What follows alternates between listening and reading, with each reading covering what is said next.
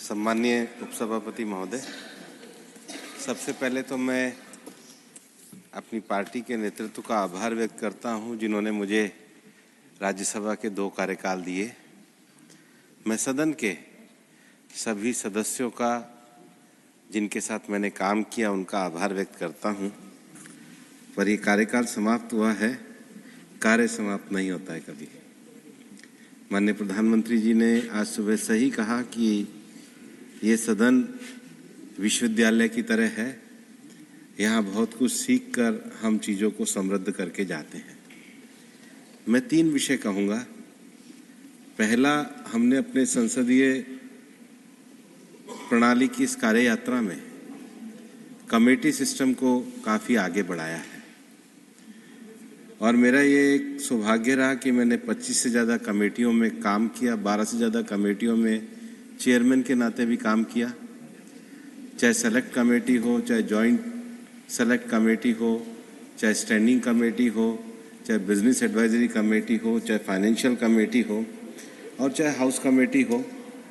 लेकिन भविष्य में भी इस सदन में जब चर्चा सत्र हो तो कमेटियों के विषय पे और कमेटियों की प्रणाली को स्ट्रेंथन करने के लिए, उसमें पॉलिटिकल कंसेंसस करने के लिए हम उसको और कैसे ज़्यादा उपयोगी करें, उस पर ज़रूर सदन को विचार करना चाहिए।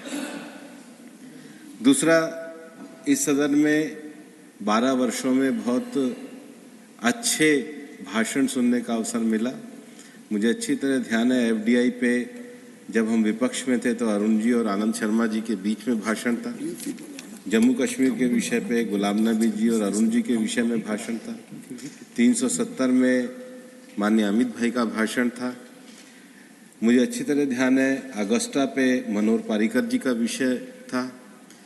उसके साथ ही अभी भी हमारे सदन के सदस्य जो अलग अलग समय पे हमारे साथ रहे, उन सब लोगों के विभिन्न विषयों पे भाषण मेरे को सुनने का अवसर मिला और सदन के भाषण एक पुस्तक जितने होते हैं।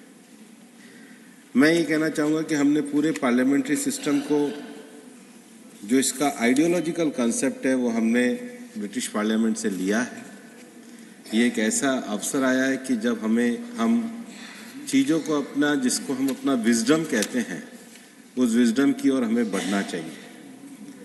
भारत का जो फिलॉसफिकल थॉट है, उस फिलॉसफिकल थॉट में जो हम किसी भी चीज़ के रैशनैलिटी तक पहुंचने की जो बात करते हैं, उसमें हमारे न्याय दर्शन में जो पहला श्लोक आता है, प्रमाण प्रमेय संशय प्रयोजन दृष्टांत सिद्धांत अवयव तर्क निर्णय वाद जल्प वितंडा हेत्वाभास छल जाति निग्रह स्थाना तत्व ज्ञानानि श्रेयस विगम, कि किसी भी चीज़ की आप कंक्लूजन पे आप कैसे पहुंच सकते हो। तो वो ये कहते हैं कि कंक्लूजन पे पहुंचने के लिए आइदर आपके पास फैक्ट हो, प्रमाण, उसके कंक्लूजन, उसका प्रमेय हो, आइदर उसका डाउट हो तो उसका ऑब्जेक्ट प्रयोजन, या फिर सिद्धांत प्रिंसिपल हो, या दृष्टांत एग्जाम्पल हो। इन अव्यय तर्क, डिबेट, निर्णय, डिसीजन और वाद, कम्युनिकेशन के द्वारा या तो आप इसमें पहुंच सकते हो। अगर ऐसा नहीं पहुंचना होगा तो फिर वो आगे कहते हैं, then you can create a वितंडा। बिना किसी विषय के अगर आप केवल अगर लड़ने की बात कहेंगे तो उसको वितंडा कहेंगे।